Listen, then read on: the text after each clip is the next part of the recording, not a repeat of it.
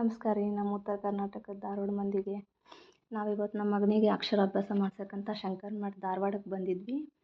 ಇದು ಶಂಕರ ಮಠ ಅಂತಾನೆ ಕರೆಯೋದು ಧಾರವಾಡದಲ್ಲಿ ಇದಕ್ಕೆ. ಇದು 1984ರಲ್ಲಿ ಸ್ಥಾಪನೆ ಮಾಡಿದ್ದಾರೆ. ಇದು ಶೃಂಗೇರಿದ್ದೇ ಒಂದು ಬ್ರ್ಯಾಂಚ್ ಅಂತ ಹೇಳ್ತಾರೆ ಇದಕ್ಕೆ. ನಾವು ಅಕ್ಷರಾಭ್ಯಾಸ ಮಾಡ್ಸೋಕೆ ಇದು ಬೆಸ್ಟ್ ಪ್ಲೇಸ್ ಅಂತ ಒಂದು ಸಲ ನೋಡ್ಕೊಂಡು ಇಟ್ಕೊಂಡಿದ್ವಿ, ಇದ್ರ ಬಗ್ಗೆ ತಿಳ್ಕೊಂಡಿದ್ವಿ. ಸೊ ಈ ಸಲ ಬಂದ್ರಾಯ್ತು ಅಂತ ಬಂದ್ವಿ. ಈ ಗರ್ಭಗುಡಿಯಲ್ಲಿ ಪರಮೇಶ್ವರ, ಪಾರ್ವತಿ ಮತ್ತು ಗಣೇಶನಿಗೆ ಪ್ರಾಣ ಪ್ರತಿಷ್ಠಾಪನೆ ಮಾಡಿದ್ದಾರೆ. ಅದರ ಅಪೋಸಿಟ್ ಸೈಡಲ್ಲೇ ಶಂಕರಾಚಾರ್ಯರಿಗೆ ಕೂಡ ಪ್ರತಿಷ್ಠಾಪನೆ ಮಾಡಿದ್ದಾರೆ. ನೋಡಿ ಈ ಥರ ಎಲ್ಲ ಇದೆ ಇದು. ಇಲ್ಲಿ ಬಂದುಬಿಟ್ಟು ರೈಟ್ ಸೈಡು ಒಂದು ಸಭಾಂಗಣ ಮಾಡಿದ್ದಾರೆ. ಏನೋ ಫಂಕ್ಷನ್ಸು, ಶಿವರಾತ್ರಿದು ಏನೋ ಫಂಕ್ಷನ್ಸ್ ಎಲ್ಲ ಇದ್ದಾಗೆಲ್ಲ ಫಂಕ್ಷನ್ ಮಾಡ್ತಾರೆ ಅನಿಸ್ತೈತಿ ಇದ್ರಾಗ. ಈ ಥರ ಇದೆ. ಈ ಗರ್ಭಗುಡಿ ಬಂದುಬಿಟ್ಟು ಶಾರದಾಂಬಂಗೆ ಪ್ರಾಣ ಪ್ರತಿಷ್ಠಾಪನೆ ಮಾಡಿದ್ದಾರೆ. ಚೆನ್ನಾಗಿದೆ, ನೀಟಾಗಿ ಶಾಂತವಾಗಿದೆ ಇದು ಮಠ. ಈ ವರ್ಷ ವಸಂತ ಪಂಚಮಿ ಶುಕ್ರವಾರ ಬಂದಿದೆ ಅಂತ, ಏನೋ 20 ವರ್ಷದ ನಂತರ ಬಂದಿದೆ ಅನ್ನೋ ಒಂದು ರೀಲ್ಸು ತುಂಬಾ ಓಡ್ತಾಯಿತ್ತು ಇನ್ಸ್ಟಾಗ್ರಾಮಲ್ಲಿ. ಅದು ನೋಡಿಬಿಟ್ಟು ನಾವು ಬಂದು ಕೇಳಿದ್ವಿ ಅವರಿಗೆ, ಸರಿ ಬಂದು ಮಾಡಿಸಿ 2 ವರ್ಷದ ಮೇಲೆ ಇದ್ದರೆ ಮಾಡಿಸ್ಬೋದು, ಮಾತಾಡೋಕ್ಕೆ ಬಂದರೆ ಮಾಡಿಸ್ಬೋದು ಅಕ್ಷರಾಭ್ಯಾಸ ಅಂತ ಹೇಳಿದ್ರು. ಸೊ ನಾವು ಇವತ್ತು ಮಾಡಿಸಿದ್ರಾಯ್ತು ಅಂತ 2 ದಿನ ಮುಂಚೆನೇ ಬಂದು ಕೇಳ್ಕೊಂಡು ಹೋಗಿದ್ವಲ್ಲ. ಸೊ ಬಂದ್ವಿ, 1 ಅವರ್ ಲೇಟಾಗಿ ಬಂದಿದ್ದು, ಫುಲ್ ರಶ್ ಇತ್ತು. ನೋಡಿ ಇವತ್ತು ಶಾರದಾಂಬಂಗೆ ವಸಂತ ಪಂಚಮಿ ವಿಶೇಷವಾಗಿ ಅವಳು ಹುಟ್ಟಿದ ಹಬ್ಬ ಅಂತ ಅಲಂಕಾರ ಮಾಡಿದ್ದಾರೆ. 2 ಅವರ್ ಲೇಟಾಗಿ ಬಂದ್ವಿ, ಕ್ಯೂವಲ್ಲಿ ಕೂತ್ಕೋಬೇಕಾಗಿತ್ತು. ಕ್ಯೂವಲ್ಲಿ ಕೂತ್ಕೊಂಡ್ವಿ. ತುಂಬ ರಶ್ ಇತ್ತು ಅಂತ ಇಬ್ಬಿಬ್ಬರಿಗೆ ಕೂಡಿಸಿ ಮಾಡ್ತಾಯಿದ್ರು. ಸೊ ನಾವು ಕ್ಯೂವಲ್ಲಿ ಕೂತ್ಕೊಂಡು 2.5 ಅವರಲ್ಲಿ ಬಂತು ನಮ್ಮದು. ಲೈನಲ್ಲಿ ಕೂತ್ಕೊಂಡಿದ್ದಕ್ಕೂ ಬೇಗ ಬಂತು ಪಾಳೆ. ನೆಕ್ಸ್ಟ್ ನಮಗೆ ಏನೇನು ತೊಗೊಂಡು ಬರೋಕೆ ಹೇಳಿದ್ರು ಅಂತಂದರೆ, ಒಂದು ಸ್ಟೀಲಿನ ಪ್ಲೇಟು ಮತ್ತು ಅಕ್ಕಿ ಕಾಳು ತೊಗೊಂಡು ಬರೋಕೆ ಹೇಳಿದ್ರು 1 kg ಅಷ್ಟು. ಆಮೇಲೆ ಕರ್ಪೂರ ತೊಗೊಂಡು ಬನ್ನಿ ಅಂದರು. 20 ಅಡಿಕೆ ಬೆಟ್ಟ ಹೇಳಿದರು. ಒಂದು ಅರ್ಶಿನ ಕೊಂಬು ಹೇಳಿದರು. ಆಮೇಲೆ ಉದ್ದಿನ ಕಡ್ಡಿ ಹೇಳಿದರು. ಎಲೆ ಹೇಳಿದರು, ಒಂದು 20 ರೂಪಾಯಿದು ಎಲೆ ಹೇಳಿದರು ಅವ್ರು ನಮಗೆ. ಆಮೇಲೆ ಪೂಜೆಗೆ ಹೂವು ತೊಗೊಂಡು ಬನ್ನಿ ಅಂತ ಹೇಳಿದರು. ಒಂದು ನೋಟ್ಬುಕ್ ತೊಗೊಂಡು ಬರೋಕೆ ಹೇಳಿದರು. ಒಂದು ಸ್ಲೇಟ್ ಹೇಳಿದರು, ಸ್ಲೇಟ್ ತೊಗೊಂಡು ಬಂದ್ವಿ. ಒಂದು ಸ್ವೀಟ್ ಬಾಕ್ಸ್ ಹೇಳಿದರು ನೈವೇದ್ಯಕ್ಕೆ, ಮತ್ತು ಬಾಳೆಹಣ್ಣು ಹೇಳಿದರು ನೈವೇದ್ಯ ಮಾಡೋದಕ್ಕೆ ತೊಗೊಂಡು ಬನ್ನಿ ಅಂತ. ಆಮೇಲೆ ಬಳಪ ಬರೆಯೋದಕ್ಕೆ ಬಳಪ ಮತ್ತು ನೋಟ್ಬುಕ್ಕಲ್ಲಿ ಬರೆಯೋದಕ್ಕಂತ ಪೆನ್ನು, ಆಮೇಲೆ ಸ್ವಲ್ಪ ಕಾಯಿನ್ಸ್ ಹೇಳಿದರು ತೊಗೊಂಡು ಬರೋಕ್ಕೆ. ಸೊ ನಾವೆಲ್ಲ ಅರೇಂಜ್ಮೆಂಟ್ ಮಾಡಿಕೊಂಡು ನಮ್ಮದು ಸರದಿ ಬಂದಾಗ ಕೂತ್ಕೊಂಡಿದ್ವಿ. ಎಲ್ಲ ನೀಟಾಗಿ ಇಟ್ಕೊಳ್ಳೋಕೆ ಹೇಳಿದರು, ಎಲ್ಲ ನೀಟಾಗಿ ಇಟ್ಕೊಂಡ್ವಿ.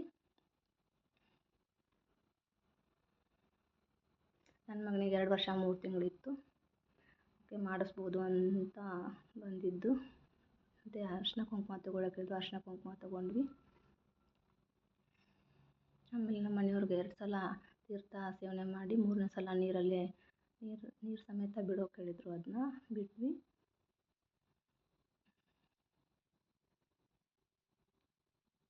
ಶೃಂಗೇರಿಗೆ ಹೋಗಬೇಕು ಅಂತ ಅಂದ್ಕೊಂಡಿದ್ವಿ. ಇನ್ನು 2 ಮಂತ್ಸ್ ಲೇಟ್ ಆಗುತ್ತೆ ಅಂತ. ಈ ವರ್ಷ ಏನೋ ವಿಶೇಷ ಇದೆ ಅಂತ ಈ ವರ್ಷ ಇಲ್ಲೇ ಮಾಡಿಸಿದ್ರಾಯ್ತು. ಸಪ್ರೇಟಾಗಾದರೂ ಮಾಡ್ತಾರೆ, ನಮ್ಮ ಹೆಸರು ಗೋತ್ರ ಎಲ್ಲ ಕೇಳ್ಕೊಂಡು ನೀಟಾಗಿ ಇಲ್ಲೇ ಮಾಡ್ತಾರೆ ಅನ್ನೋ ಕಾರಣಕ್ಕೋಸ್ಕರ ಒಂದು ಸಲ ಸಪ್ರೇಟಾಗಿ ಮಾಡಿಸಿದ್ರಾಯ್ತು. ನೆಕ್ಸ್ಟ್ ಶೃಂಗೇರಿಯಲ್ಲಿ ಸಾಮೂಹಿಕವಾಗಿ ಮಾಡ್ತಾರಲ್ವ, ಸೊ ನೆಕ್ಸ್ಟು ಶೃಂಗೇರಿಗೆ ಹೋಗಿ ಮಾಡಿಸಿದ್ರಾಯ್ತು 1-2 ಮಂತ್ಸ್ ಬಿಟ್ಟು ಅಂತ ಇಲ್ಲೇ ಮಾಡಿಸ್ತಾ ಇದ್ದೀವಿ ಇವತ್ತು.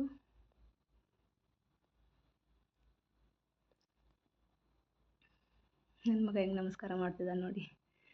ಆಮೇಲೆ ನಮ್ಮದು ನಕ್ಷತ್ರ, ಗೋತ್ರ ಮತ್ತು ರಾಶಿ ಮತ್ತು ನಮ್ಮ ಹೆಸರನ್ನ ಎಲ್ಲ ಕೇಳಿದರು.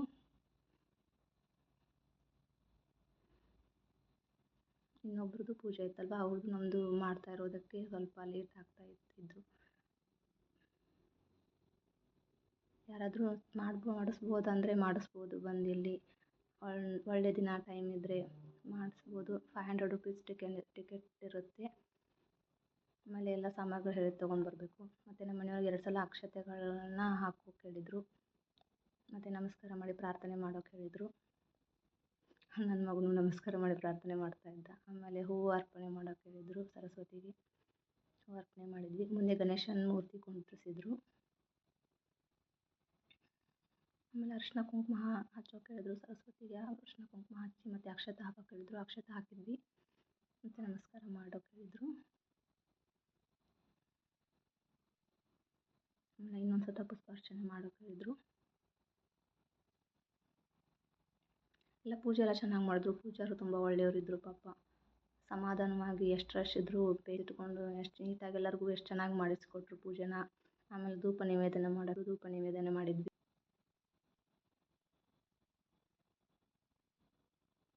ಆಮೇಲೆ ಅಕ್ಷತೆ ಹಾಕೋಕೆ ಹೇಳಿದ್ರು. ಆಮೇಲೆ ಅಲ್ಲಿ ದೀಪ ಹಚ್ಚಿಟ್ಟಿದ್ರು. ದೀಪಕ್ಕೆ ಅಕ್ಷತೆ ಹಾಕೋಕೆ ಹೇಳಿದ್ರು. ದೀಪಕ್ಕೆ ಅಕ್ಷತೆ ಹಾಕಿದ್ವಿ. ಆಮೇಲೆ ನೆಲ ಒರೆಸ್ಬಿಟ್ಟು ನೀರು ಹಾಕಿ ನೆಲ ಒರೆಸ್ಬಿಟ್ಟು ನೈವೇದ್ಯ ಮಾಡೋದಕ್ಕೆ ಹೇಳ್ತಾಯಿದ್ರು. ಸೊ ನಮ್ಗೆ ಸ್ವೀಟು ಮತ್ತು ಬಾಳೆಹಣ್ಣು ಹೇಳಿದ್ರು ನೈವೇದ್ಯಕ್ಕೆ ತೊಗೊಂಬರೋಕ್ಕೆ. ಸ್ವೀಟು ಮತ್ತು ಬಾಳೆಹಣ್ಣು ಇಟ್ಟು ನೈವೇದ್ಯ ಮಾಡೋಕ್ಕೆ ಅಂತ ಎಲ್ಲ ಕ್ಲೀನ್ ಮಾಡಿಸಿ ಅಲ್ಲೇ ಸ್ವೀಟು ಬಾಳೆಹಣ್ಣು ಇಡು ಅಂತ ಹೇಳಿದ್ರು. ಇಟ್ವಿ. ಇಟ್ಟು ನೀರೆಲ್ಲ 2 ಸಲ ನೀರು ರೌಂಡಾಗಿ ಹಾಕಿ 3ನೇ ಸಲಕ್ಕೆ ನೀರು ಅಲ್ಲೇ ಬಿಡೋಕೆ ಹೇಳಿದ್ರು.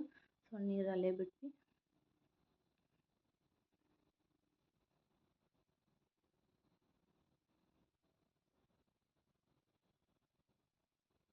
ಅವರು ಸ್ಲೇಟಲ್ಲಿ ಅ ಅಂತ ಹಿಂದೀಲಿ, ಕನ್ನಡದಲ್ಲಿ ಅ ಮತ್ತು ಇಂಗ್ಲೀಷ್ನಲ್ಲಿ AB ಅಂತ ಬರೆದಿಟ್ಟಿದ್ರು.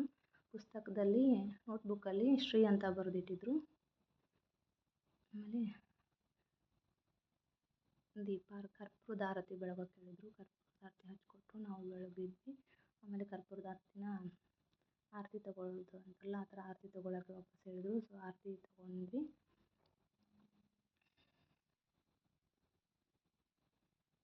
ಆಮೇಲೆ ಮತ್ತು ಅಕ್ಷತೆಯನ್ನು ಕೊಟ್ಟರು. ಅಕ್ಷತೆ ಇವಾಗ ಸರಸ್ವತಿಗೆ ಮತ್ತು ಗಣೇಶನಿಗೆ ಅಕ್ಷತೆ ಅರ್ಪಣೆ ಮಾಡಿ ನಮಸ್ಕಾರ ಮಾಡಿಸಿ ಪ್ರಾರ್ಥನೆ ಮಾಡೋಕೆ ಹೇಳಿದ್ರು. ಮತ್ತು ಪ್ರಾರ್ಥನೆ ಮಾಡ್ಕೊಂಡ್ವಿ. ಆಮೇಲೆ ಇವಾಗ ಅಕ್ಷರ ತಿದ್ಸೋಕೆ ಹೇಳಿದ್ರು. ಸ್ಲೇಟಲ್ಲಿರೋದನ್ನ ನನ್ನ ಮಗ ಹೇಳ್ತಾ ಅಂತ ಹೇಳ್ಕೊಂಡು ನೀಟಾಗಿ ಅಕ್ಷರ ತಿದ್ತಾ ಇದ್ದ. ಚೆನ್ನಾಗಿ ತಿದ್ದ. ಅಕ್ಷರಾಭ್ಯಾಸ ಎಲ್ಲ ಚೆನ್ನಾಗಿ ಮಾಡಿಸ್ಕೊಂಡ. ಏನು ಅಳ್ಳೋದು ಚೀರೋದು ಎಲ್ಲ ಮಾಡಲಿಲ್ಲ. ಎಲ್ಲ ನೀಟಾಗಿ ಚೆನ್ನಾಗಿ ಮಾಡಿದ. ಪೆನ್ಸಿಲ್ ಕೂಡ ನೀಟಾಗಿ ಇಡಬೇಕು ಅಂತ ನೀಟಾಗಿಟ್ಟ. ಆಮೇಲೆ ಅಕ್ಷತೆ ತಟ್ಟೆಯಲ್ಲಿ ಅರಿಶಿನ ಕೊಂಬಲ್ಲಿ ಓ ಶ್ರೀ ಸರಸ್ವತಿ ಪ್ರಸನ್ನ ಮತ್ತು ನಮ್ಮ ಮನೆದೇವರು ಶ್ರೀ ವೀರಭದ್ರೇಶ್ವರ ಪ್ರಸನ್ನ ಅಂತ ಬರೆಯೋಕೆ ಹೇಳಿದ್ರು. ಬರೆದ್ವಿ.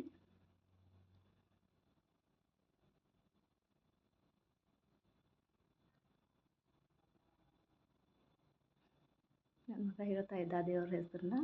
ನಾವು ಬರೆದ್ವಿ. ಮತ್ತು ಪ್ರಸಾದ ಎಲ್ಲ ಒಂದು ಸರಸ್ವತಿ ದೇವಿದು ಒಂದು ಪೋಸ್ಟರ್ನ ಮತ್ತು ಕಲಸಕ್ಕರೆ ಪ್ರಸಾದ ಮತ್ತು ತೆಂಗಿನಕಾಯಿನ ಪ್ರಸಾದವಾಗಿ ಕೊಟ್ಟರು. ಅದನ್ನೆಲ್ಲ ತೊಗೊಂಡು ನಮ್ದು ಏನೇನು ಸಾಮಗ್ರಿಗಳನ್ನ ತೊಗೊಂಡು ಬಂದಿದ್ವಲ್ಲ ಪೂಜೆಗೆ ಅವೆಲ್ಲ ನಮಗೇ ವಾಪಸ್ ಕೊಟ್ಟರು. ಸೊ ಎಲ್ಲನೂ ತೊಗೊಂಡು ಬಂದ್ವಿ. ಸೊ ಚೆನ್ನಾಗಾಯಿತು ಪೂಜೆ ಎಲ್ಲ. ಏನೋ ವಿಶೇಷವಾಗಿ ನಮ್ಮ ಮಗನಿಗೋಸ್ಕರ ಮಾಡಿಸ್ದಂಗೆ ಖುಷಿ ಆಯಿತು. ನೆಕ್ಸ್ಟು ಶೃಂಗೇರಿಗೆ ಹೋಗೋಣ.